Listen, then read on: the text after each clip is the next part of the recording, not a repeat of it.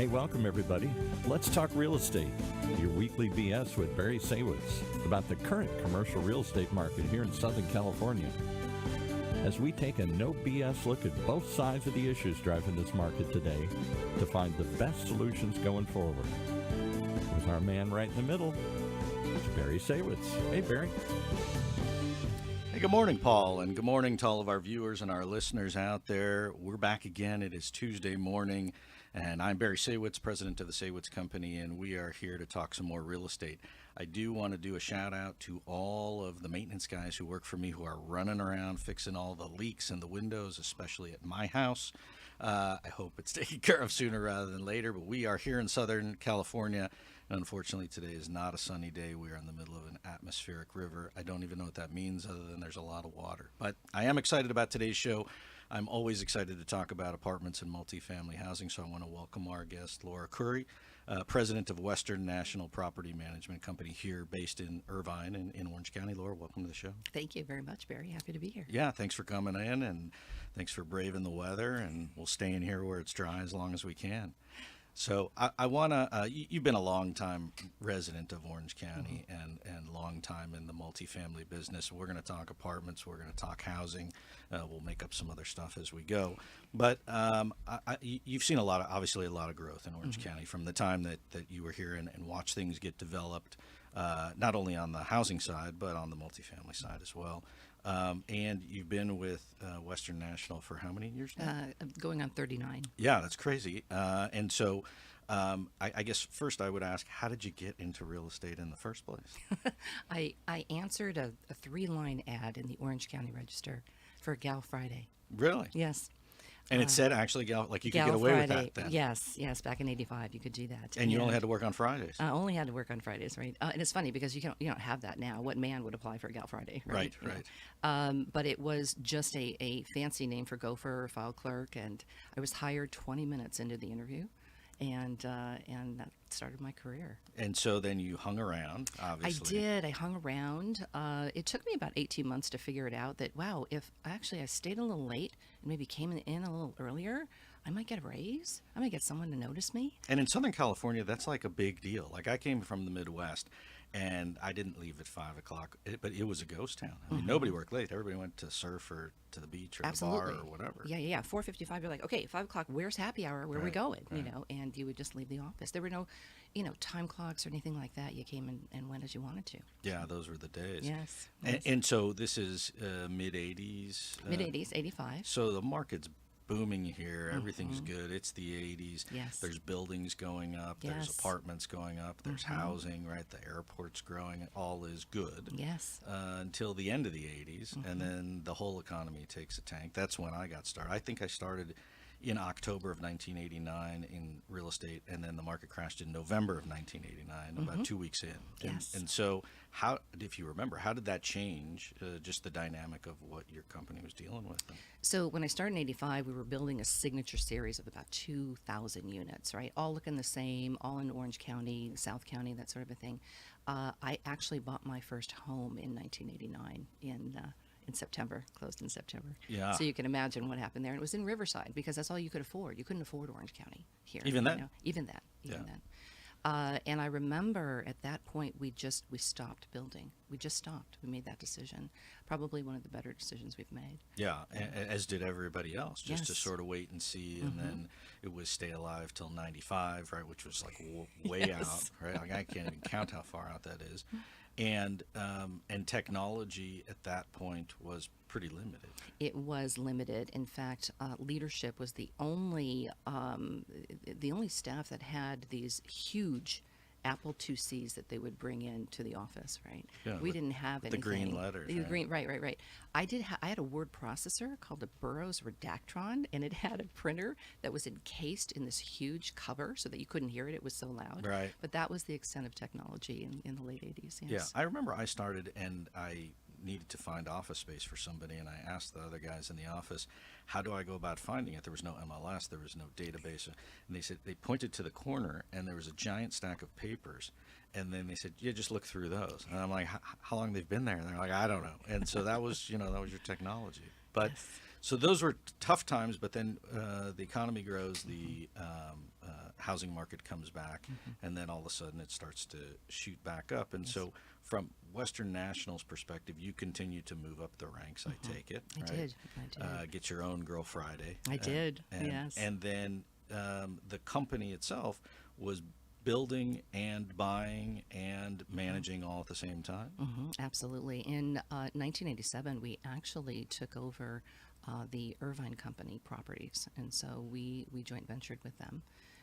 And it was wonderful working with them. Absolutely, we actually created their management company for them originally. But yes, we're a third party manager in addition to our own, and it was a great time coming out of that early 90s. And the Irvine, I remember that the Irvine Company was like outsourcing. They were. They had three of us. That was a phase, right? It was a phase. Yes. And then they changed their mind. Yeah. Took it back. And said, no. But the and the company itself started in Orange County, but then you started to spread into other areas as I guess the contacts and needs arose. Right? Yeah, we did. So we actually started in 1958. So 65 years ago.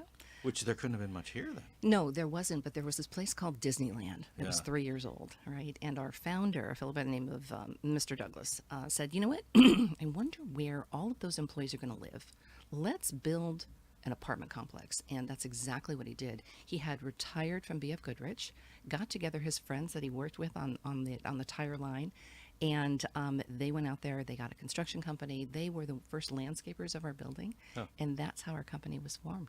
That's an interesting story. Back in 1958. And as Disneyland rose and as Orange County grew, so did Western National. So did Western National. Yeah, we were known as IPS at the time, Income Property Services, but Doug just kept doing this. It was a format that worked for everyone, and we expanded in the Empire probably in the early 90s, San Diego, Ventura County, LA. That all took a lot to growth. And really at the right place at the right time, because as all of these areas began to really grow dramatically, you were there to help with the process. Yes. And so today, you guys manage and own your own portfolio. How many properties or units, and then what's the percentage of owned versus managing for somebody else? So Western National Group is a full service real estate company. So there's a development company in there, there's a landscaping company, and there's a construction company, and then there's my company, which is the management company. Management company has approximately 23,000 units under management right now. That's crazy. Yeah. I'm going to tell you about 12,000 of those are owned, and they're owned in about 90 separate limited partnerships. The remainder of the communities are third party. So I manage for outside owners, people who have small portfolios or one-off buildings, or are just looking for a professional management company. And then you must have an accounting firm as well to take care of all of the accounting for all these partnerships. Actually, we have an in-house accounting department. I'll bet. But yes, we do have an accounting firm that does all of our tax returns and K-1s and all of that every year. And so then from a going forward standpoint, is the business plan for the at least the management company that you're spearheading, is it to continue to grow the portfolio? Is there any more opportunity out there? It is, and it comes from two different ways. For one is grow the third-party business. The second one is that if our internal company, our development company, wants to develop properties, then we will ultimately manage those once they're constructed. But yes, there's a big push to increase our third-party management out there. And are there specific markets that you're interested in, or is it really all over?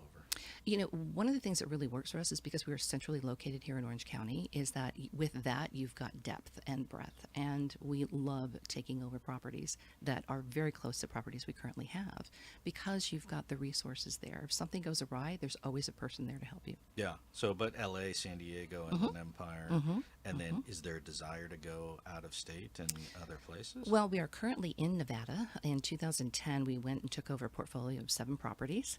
And if you remember what life was like in 2010, right? Yeah, and it was not good. Yes, it was not good. I want to forget it. Not good. And these properties were really distressed. The truth is we worked ourselves out of a management because we turned them around, we made them cash flow, and the ownership sold them, and we're left with one now. We have one property there. That happens a lot. Yeah, but Vegas is a great market. Right. It was horrible in 2010. Yes, it was. But it is great now. And so will you look at other opportunities in whether it's Arizona or Nevada or Texas, or is really just stick close to home? Right now, stick close to home and Las Vegas, Nevada. We just love that area. And do you foresee, I guess, the sort of forays into my question about where are things going in terms of the economy? Because for the last several years, certainly during COVID and then now coming out of COVID, rents have gone up, property values have gone up, and now there's sort of this unknown with the high interest rates and wondering what happens with the economy. I feel like there's change coming, and as some people experience some pain with their interest rates rolling or with increased operating costs, that they're going to look to professionals to really take over, and that the people who are doing it themselves go, this isn't that much fun anymore, and I really need some help. You're absolutely right. Ownership it depends on what their goals are, but they're mostly driven by cash flow, NOI, what are distributions, and they also look for asset preservation, right? It's funny when you think about where we were prior to the pandemic. We're just rolling along, 3% and 4% increases, doing Right. fine, right? And then the legislature votes in rent control, January 1st, 2020, right? Right. At the same time, we have this massive pandemic. So for 2 years, we had no rent growth at all. We didn't increase our rents. Actually, when the governor shut the state down, we offered our residents, if they could pay their rent on the 1st, that they would get a 5% discount. Yeah. Because we didn't know what to expect on April 1st. No one did, right? Right. And the truth is that we continued that for 3 months. And I had every outside owner agree to do that in addition to the owned properties. We gave away $7 million in 3 months' time. Did it work? It worked, and it created a lot of great social media presence, which that was not my objective. It was to make sure that I could cash flow these buildings. Yeah, right? yeah. And then after that, we realized where we were going with this, and we didn't raise rents for 2 years. And so we come out of it. Right now, we're in 2022, and rents are starting to increase, and they're leveling out from where they were. Right. And here we are in 2023, 24. Now we're back to really where we were before. Yeah. We're happy with 3 or 4% rent increase. And it's interesting because you had inflation go up We in did. that period in that 8 to 9 ridiculous percent range. Yes. And you really had rents shoot up, and then you had property values shoot up, and you had operating expenses shoot up. So as a landlord, it's not so much, hey, I want to stick it to my tenant and I'm trying to raise the rent. That's not the case at all. I don't think. I mean, I'm curious your thoughts, but I mean, the point is it's cash flow, right? Yes. I want to keep the property full, and I want to keep it good, and I want to keep my good tenants Right. and not have problems and drama. But at the same time, I've got runaway costs, whether that's insurance in today's world, whether that's trash, Yes. right? Everything, and then landscaping and pools and everything else, all the labor goes up. So even doing a 3 or 4% increase, I'm curious, but I mean, that doesn't get it done for the owner at the end of the day. It's tough to keep up. Not right now, right? Particularly with the insurance costs. We are anticipating, we're in a master package, we're anticipating 38% this year. Yeah. And we renew on March 1st. And that's because so many insurers have left California. Correct. It's very, very difficult, Yeah, we've had properties on our side where the carrier just said, look, based on where the property is located or the age, or just we need some excuse to just tell you thank you but no thank you. Yes. And then you go out to bid and then nobody wants it. Right. And you're looking at, I mean, we had a couple instances where it was 200-300% because not only does the risk issue go up, you have events like today with atmospheric river and earthquake and fire and flood and all of that, but you also have the issue that the construction costs for replacement Yep. are so much higher with inflation in today's world that the carrier has to insure it at a higher number, which means the owner is just paying more at the end of Yes. the day, right? Yeah. So you have the premium edition, and then you have that cost per square foot Yeah. increase in value. And it's just right to the bottom line. Yes. So Yes. I know it well. And so then you combine that. And so what do you say to owners from a general perspective in terms of what's the overall business plan? Do I stay full? I have to stomach it. Maybe it will, it should get better. Hopefully it will get better. I mean, there's not much else to do, right, other than sell. Heck, you could do my job. Yes. That's exactly what you do. The best thing you can do for ownership is just educate them, because the reason you're managing is because they either don't know how to or don't want to. And if you keep them informed and keep communicating with them, it's the best thing you can do. Yeah, and we've had other folks in here, and I said, well, if it's so miserable, they ask me, why don't you just sell and, get out? And then the answer is, what would I do with the money? I would pay a lot of taxes. Where else can I get a return? I can't put it in the stock market. It's Right. too volatile. And so Right. Look, long term, if you're in it for the long term, then you'll be fine. But there are storms, and Yes. you have to weather You have them. to weather them. Yeah. And so, from a perspective of the tenant side of things, as far as technology goes, so, we're well past the pile of paper in the corner these days. I'm assuming you guys have an online portal with all kinds of good stuff that you provide in terms of information to the tenants, as well as fancy ways to pay rent or get laundry credits or other things Yes. like that. Yeah, just to maintain relevancy in the market. Absolutely. I can't even tell you how many software programs we have in play right now. Yeah. There's so many. And it's funny, too, with the pandemic, we really had to communicate with residents where you would put a note on their door. You don't do that anymore, right? Right. You send them a text or an email, and you do that through certain... Well, the note's last resort, right? Right, If right, I yeah. can't reach other, keep some tape handy. Yes. But but I have found that the communication between landlord and tenant, or manager, property manager and tenant, is much better for those who want to have access to it. You certainly have some tenants who choose not to, but for those who Yes. want to get information, your job as the property manager is to make sure they have it, right? Yes, absolutely. They log into the portal, they put in their maintenance requests if they have any, they leave a message for the manager, assistant manager, facilities manager. Right, and hopefully yes. those days of the 2 o'clock knock on the door for the Are on-site gone. right? You Yes. try to anyway. Yes. And so, where do you see the technology side of things going? I think it's ever evolving, and I think that the ease of information will continue. Yes, well, particularly with AI, right? Yeah. And I'm not sure we know where it's going at this point. My forte is people and property management. The technology side of when AI settles down and it gets to be much more reliable is something that we'll look at as well. And in terms of the staff and just sort of the corporate culture, is it? I don't want to put words in your mouth, but is it customer service? I mean, it seems like Total. it has to be at the end of the day. It absolutely has to be at the end of the day. For many years prior to the pandemic, we ranked number one in the nation, actually close to 7 years, in mystery shopping. And what we would do, we would engage Ellis Mystery Shopping Services and compete on a national level against 72 other property management firms, and came out number one 7 years in a row. Wow.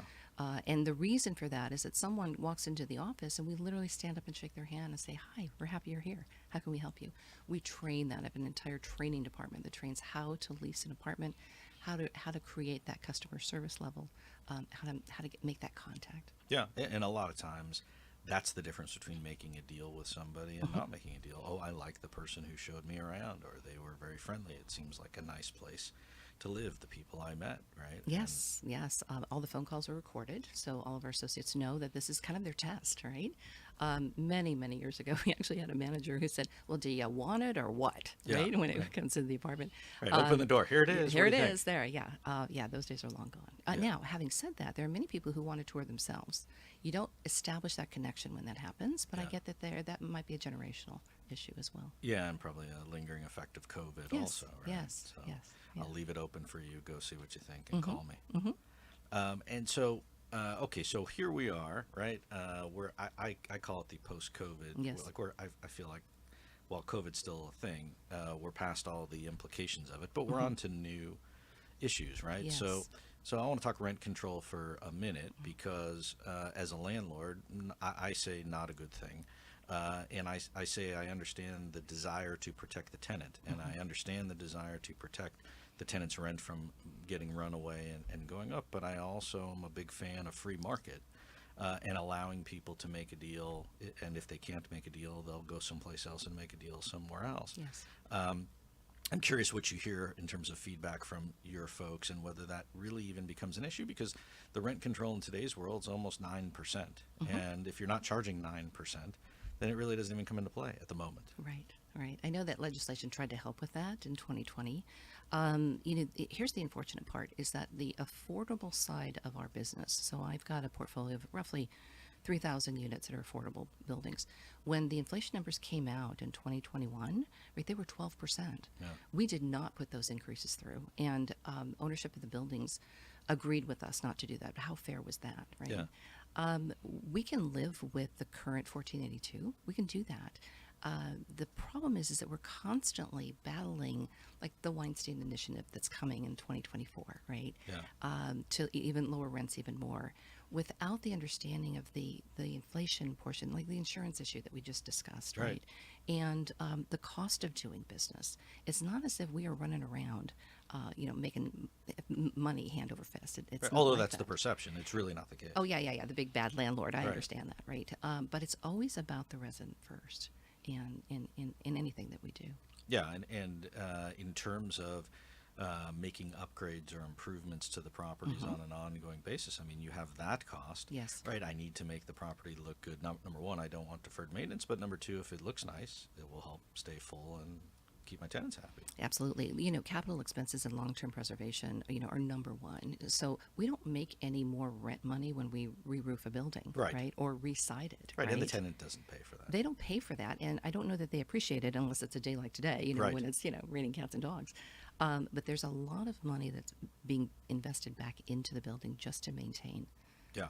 And then the problem is if your costs are going up, whatever the percentage is, it's certainly more than 3 or 4%. Yes, it is. And so then it's just right to the bottom line, and no one, I think, really seems to understand that at the end of the day. Not the tenant, nor the powers that be in terms of what they're doing. And so that makes it difficult, I think, on owners. And then now you have this new thing where you have individual cities that have come out and have said, hey, I don't even like that rent control. I want even more restrictive rent control. I'm not even sure why. There was a rent control in place. Why do you need another layer?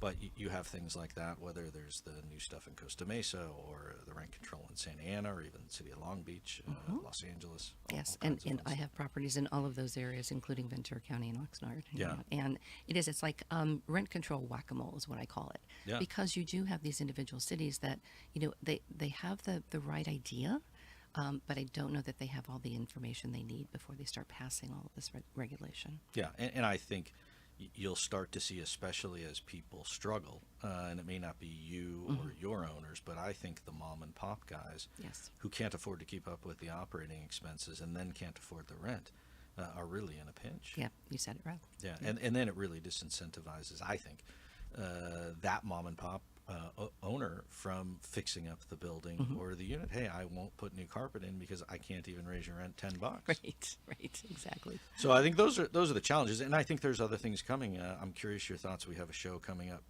I think it's next week, where we're talking about the new AB, and I forget the number, but with the balconies and the staircases. Oh, where- that would be 721. okay, you got it better than me. Yes, and actually your inspections need to be completed by year end. Yes, So, that one I know. We started that 5 years ago. Really? Yes, and it's intrusive because it's destructive testing, right? So if you have an older building that's got asbestos and stucco, right, you've got to go through all kinds of maneuvers in order to get that testing done, and it's very, very expensive. We are almost completed with our entire portfolio. It's a huge undertaking, and there are companies that specialize in just doing that. If you have your own Yes. construction company, then you're better than most. But no question, it's unnecessary. I mean, maybe it's necessary if there's deficiencies, but it's just an added cost, I think. That is true. Now, our construction company builds apartments, so they don't do any of The the work. room, Yeah, any of the capex work. We have a project managers from the capex department, but our construction company builds actually majority of the product for the Irvine Company and for Lewis out in Inland Empire and Rancho Santa Margarita area, the Rancho Miserio Company, and that's what they focus on. However, having said that, is we also engage third parties for SB 721, so that we're not self-dealing, so that we actually get an independent opinion as to what the building looks like on the inside. Yeah, it's interesting. And then in terms of the development side, now I know that's not your thing, there's a different company, but is the development continuing with this basically, to me, for lack of a better word, the supply-demand curve sort of trumps the fact that the economy is struggling along. I mean, there is a need for housing, and Yes. so as long as there's a need, I think there'll be people that continue to build. Yes, absolutely. We have 3 projects under development now, equaling close to 800 units. And do you find that the leasing or the pre-leasing on those is still fairly vibrant? Yes, we start pre-leasing between 3 and 6 months in advance, and you'll find that prospective renters, particularly ones who choose to live that way and want to rent, are excited for new product to come into the market. And I'm assuming you do some fairly extensive studies on who your customer is, Yes. and it would depend on the demographic and the geographic location and all of that. But is there a theme or a trend that you've seen in terms of renters being younger folks versus people that are selling their home and then just don't want to go back in and buy a new one? Or is there a particular group that has, since COVID, I guess, been more the renter than they were before? No, I would say not. They come in all ages and for all different reasons. If anything, I think more of our renter groups now are animals, right? Yeah. We have a ton of residents who have pets. And, given current California legislation, all they have to do is say, Service animal. service animal, and they don't pay rent. Right. They don't pay rent. Or deposit, Or deposit, or any of that, and we get it, we understand, but we actually have seen more animals than anything else, believe Yeah. it or not. And it seems like in terms of the people that are renting, most of it is just either I don't want to own or I really just can't afford to own, right? And so then that's what it is, and Yes. and that becomes if you go back a generation, the whole desire and goal was home ownership, It right? was. I got to buy a home. And I think that's sort of out the window these days. Yeah, and but there's a freedom in renting as well. Right. To pack up and go wherever you want. Right. If your job takes you there, or even, with remote workers, they can live wherever they want to. That's true. And do you find that people with where they're living now would prefer to live closer to home than versus getting on the freeway and doing a big commute? Yes. And so that makes a difference, I guess, as well. Yes, I read somewhere that our freeway system is about 25 years behind what our population is, and the use of the vehicles. And so, you're always going to run into that, particularly in Orange County and LA County, right? Yeah. Even getting into Orange County from Riverside County. Right. Well, you did it a while back. and Yes, I probably did. was a piece of cake then. It was there. The express lane hadn't been invented yet, Right, right? I remember those But days. I do remember leaving the house at 5:30 in the morning so I could get to the office early. And no one was on the road. But No, today, if you leave at yes. 5:30 in the morning, it's still a parking lot. It is. Yes. Yeah. Unfortunately. Yeah, I know the drive. Yeah. So where do you see, I guess let's talk at least for the next 12 months, right? So that you must have a 2024 game plan in terms of the business. What is the short-term goal in terms of just dealing with all of the things that are on your plate for the company? Typically, our short-term goal is actually it's twofold. So we've got minimizing expenses because we're not increasing our rents. The market's not calling for it. If we see 3 or 4% this coming year, that's good, but that's not going to take the place of what we're seeing on the expense side and the inflationary Right. numbers, right? Secondarily, one of the major initiatives that the company has is that we went into partnership with the Anaheim Ducks organization, the hockey team, and created ducksliving.com. And so our owned properties have their own website with the Ducks. And so if you go to a game and you see Ducks Living, you'll see us there. All right, I'll keep an eye on it. And so that's been a major focus to make that work. It's a 3-year commitment with the Ducks. We've enjoyed it so far. It's been so much fun. They've created commercials for us, and we absolutely love the entire team. Oh, it's a neat concept. Yeah, it is. It is. So that's been a very big focus to make that one work. And I'm assuming stay full, keep your tenants happy, right? Yeah, Try and cut costs. Typical, yes. Although it depends on what ownership wants. Sometimes I have owners that want to be 100% full, and I don't recommend that because it means you're not either raising the rents or doing it right. We like 95.5. So if we're 95% occupied and have 5% availability, then we're comfortable with that, and know how to accommodate the rents from that point. And what have you seen now in this sort of post-COVID era in terms of defaults or people falling down? Has it slowed down? Are we past it, or is there still a certain percentage of people that I think always will struggle? I mean, there's always somebody who can't pay the rent. There is. During the pandemic, we had approximately $42 million of unpaid rent portfolio-wide. But probably not a lot of vacancy Not a lot of vacancy. because nobody want to move. No, but now we're carrying them. Right. Through the governmental assistance, we gained about $22 million back. Yeah. But unfortunately, they made it so difficult that we go in and fill out an application, and if our resident doesn't go in, then we never see any of that rent money. True. Just there were flaws in the system. So we've taken that $20 million and basically just written it off and started fresh. Now, do we see defaults? Yeah, not so much anymore, but yeah, there are a couple. We're back to pre-pandemic times. Yeah, and I find that eviction process, well, that is not a fun one for landlord or tenant, and really everybody loses in that process. Yes. But that process, while it was non-existent during COVID or took 6 or 9 or 12 months shortly after COVID, I find that that process is now back to a 75 to 90-day process if you're lucky. And if you're not so lucky, it's not that much more than that, but it's back to more of a normalized sort of a setup. Yeah, unlucky would be about 6 months. Yeah, Yes. and so then it also, hopefully it puts perspective for everyone to understand that, hey, I don't get to live here for free for 3 years again. Yes. And I have to figure something out one way or the other. Yes. But I think that's always a challenge. But at the same time, when the market is tight, which it really is, and so if you're a tenant, I feel bad when people say, hey, I'm looking for, I need something bigger, I need something smaller. And then we say, I'm sorry, I don't have anything. I can't accommodate you. You probably do. I should have them call you. But then they have to go out and look, and it's tough to find, what you want at a price that makes sense. Yes. Yes, absolutely. And I think Orange County as a place to live will continue to be attractive, even though it's expensive. I'm curious your thoughts as to where you see the economy as a whole leading up to the election. It's still going to be the same sort of dynamics. I mean, Orange County is a little bit of a bubble anyway.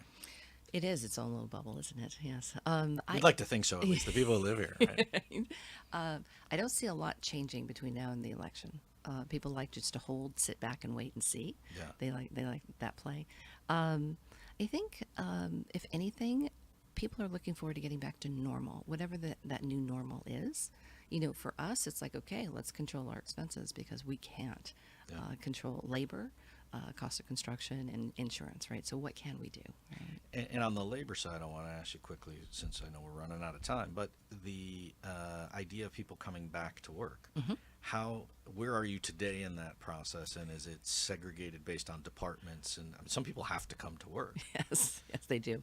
So I think it was March 19th that the governor declared, shelter in place. And we have a communication tree at the office where I go to my VP and his 4 RVPs, and then it dribbles down to 600 people, right? Listen, we're an essential business, report to work tomorrow, right? And we did. I only had one facilities manager said, can I work from home? I don't think so, right? And we worked the entire time, right? Because we had to. Now, we made some changes. Maybe the office might have been locked, or we'd put up these barriers in between us, but we were there the entire time. Support departments in the management company, like accounts payable and HR and training and all that, they could be remote. But we started bringing them back in 2022, right? We have very few remote workers left at this point. People actually moved out of the way, out of the area. Right. And as a business owner or somebody who's running the business, you want the synergy of having people interacting with other people. I mean, I think that just feeds for the corporate culture and gets stuff done quicker. Absolutely. And there's a lot of mentoring that goes on too. It's hard to recommend someone for promotion if you never see them other than on a Zoom where they look good from here up, right? And there's something to be said about that interaction. You mentioned the culture, getting people to be the better version of themselves in front of others. And you can only do that when you're together. Yeah. And you're the living version of promoting from within, having started as the Gal Friday and now running the whole shebang. Yes. And so I'm assuming that's also something that's important within your own organization, is continue to promote from within, and then try and hire good people starting fresh that'll do the same thing. Absolutely. There's something to be said about bringing in fresh blood every once in a while, but the truth is I am an example of that. I mentioned before, we've got this huge training and marketing department, right, where we literally will train you for every skill you need in order to keep you with us. Now, some people take that training and they go off and they have good careers at other companies, and that's okay. But I believe in karma, and it comes back to you in some other way, right? I think that for us, particularly during the pandemic, the connection, because people were so remote, I started sending an email in, I think it was March 18th. That was my first one. And 587 days later, I stopped. There was a daily email to 1,000 people talking either about the pandemic or new eviction laws or prevention, or they even turned into memes toward the end, looking forward to, walking down this aisle, and the aisle was a picture of an empty Disneyland right? You know, that kind of a thing. And that's how we kept that connection together during all that time, and that people felt that they really were wanted, and we needed them to be there, right? So. And now going forward, it's we're back, so to speak, and we get stuff to do In person, Yeah, right? You know, so nothing really replaces in person, but when you can maintain that connection, you do it at any cost. Good. Well, look, I told you to go quick, and it always does. Wow, and it did. Paul's waving at me like, hey, he wants to take a break or something. How can people find out more information about the company? What's the website? A couple of ways, WNG.com or WNPMapartments.com, and, well, one more, ducksliving.com. Great. And so I appreciate you coming on the show and sharing your thoughts and talking about the company. And I wish you and your family and the business much continued success. And stay dry out there along with everybody else. But I appreciate you coming on the show. Thank you. So great spending the time with you, Barry. Thank you. Good. So I'm Barry Saywitz, if you didn't remember. We are back here again next week. We will talk more real estate. We appreciate you for tuning in. Thanks again to everybody here at OC Talk Radio for making the show happen. And we'll see you next time on Let's Talk Real Estate.